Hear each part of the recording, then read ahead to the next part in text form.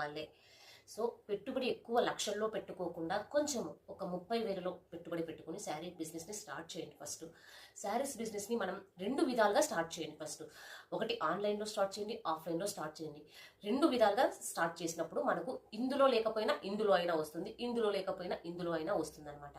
ఎందుకు అంటే మనము ఇందులో ఒకవేళ సక్సెస్ కాలేకపోయినా ఇందులో సక్సెస్ కావచ్చు, లేదా ఇందులో సక్సెస్ కాలేకపోయినా ఇందులో సక్సెస్ కావచ్చు.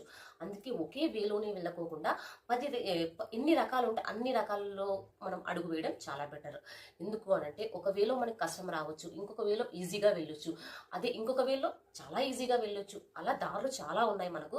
సో అలా వెళ్ళడానికి ట్రై చేయండి. ఒకే ఆన్లైనే పట్టుకోకుండా, ఒకే ఆఫ్లైనే పట్టుకోకుండా, సోషల్ మీడియానే పట్టుకోకుండా ఎన్ని రకాలుగా వే ఉంటే అన్ని రకాల్లో ఒక బిజినెస్ని ఎంచుకోండి. సో అలా ట్రై చేయండి.